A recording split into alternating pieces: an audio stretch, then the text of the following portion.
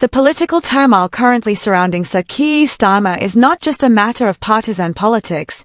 It is a wake-up call for anyone who still believes in leadership grounded in competence, compassion, and integrity. The UK is witnessing the disintegration of what should have been a stable alternative to years of conservative mismanagement. Instead, Starmer's government is leading the country into a maelstrom of contradictions, policy failures, and a complete disregard for the most vulnerable in society. The question that must be asked is, how long will the public tolerate a leader who not only fails to deliver but may also be inadvertently violating the very human rights protections his party claims to defend? In recent weeks, Starmer's government has pushed forward with welfare reforms that could strip vital support from disabled people and those with severe health conditions. These cuts threaten to push over 1.2 million people into further hardship. While Starmer's defenders try to rationalize these cuts under the guise of fiscal responsibility, the reality is far grimmer. This is not about balancing the books. It is about the very real cost of abandoning the principles of social justice that should define a Labour government. By advocating for these cuts without offering adequate alternatives, Starmer is not just making a politically questionable decision, he is setting the stage for a human rights crisis. The intervention of the UK Supreme Court in examining the legality of these reforms only underscores the magnitude of the problem. Legal experts are now questioning whether Starmer's government is violating the human rights of the most vulnerable in society.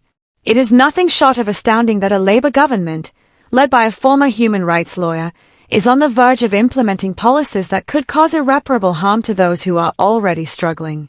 The irony here is palpable. A leader who once stood at the forefront of advocating for justice is now presiding over policies that may very well violate the rights of millions. Let us be clear, this is not a matter of economics or fiscal prudence. It is a matter of morality. The cuts proposed by Starmer are not just a theoretical concern. They will leave real people without support. Disabled individuals, those with chronic health conditions, and families who rely on state aid to survive will bear the brunt of this. The UK's legal system should not be put in the position of deciding whether Starmer's policies violate human rights. This should never have reached the Supreme Court. The failure here is not just in policy, it is in leadership.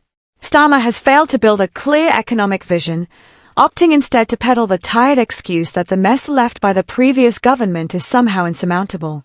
Starmer's response to questions in Parliament about his economic policies has only worsened the situation.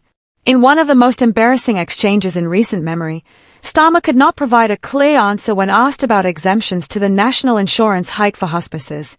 Instead of offering clarity, he stammered and rambled about the previous government's £22 billion black hole. This was not the performance of a leader. It was the desperate deflection of someone who has no answers to the crises his government is creating. It is becoming increasingly evident that Starmer is in over his head. Yet, the real tragedy lies in the internal strife within the Labour Party itself. The once unified party is now fractured, with figures like Diane Abbott openly criticising Starmer's policies. Her condemnation of Starmer's economic strategy as immoral is not just a personal opinion. It is the voice of a significant portion of the Labour ranks who can no longer defend a leader who has abandoned the values of compassion and solidarity. The rebellion within Labour is growing, fueled by the fear that Starmer's approach will alienate working-class voters and further damage the party's credibility. At the heart of this crisis lies the economic fallout of Starmer's policies. The UK is now facing the very real prospect of a recession, driven by Starmer's inability to stabilise the country's finances. While Labour's tax hikes may have been pitched as necessary for long-term recovery, the reality is far more damaging. Business confidence is at an all-time low, and job cuts and layoffs are spreading across industries. Starmer's economic team has failed to present any coherent plan to restore stability. The lack of foresight is staggering. One would expect a Labour government to have a clearer strategy for addressing the challenges faced by ordinary people. Instead, we are left with a government that has no answers, no vision, and a disastrous set of policies that will hurt the people it claims to represent. The public is growing weary of excuses. The constant blaming of the previous government is not only tiresome, it is a gross misrepresentation of the reality Starmer now faces. The UK is no longer in the midst of a post-Tory crisis. It is in the midst of a crisis created by Starmer's own government. The cuts to welfare, the disastrous economic policies, and the growing rebellion within the Labour Party are all symptoms of a leadership that is unable, or unwilling, to take responsibility for its own failures. In conclusion, the political scene in the UK is no longer just about a party in opposition to the Conservatives.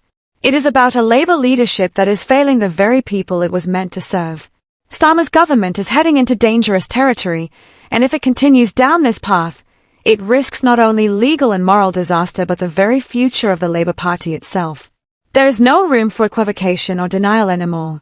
Starmer must either change course dramatically or face the consequences of a leadership that has lost the trust of the people.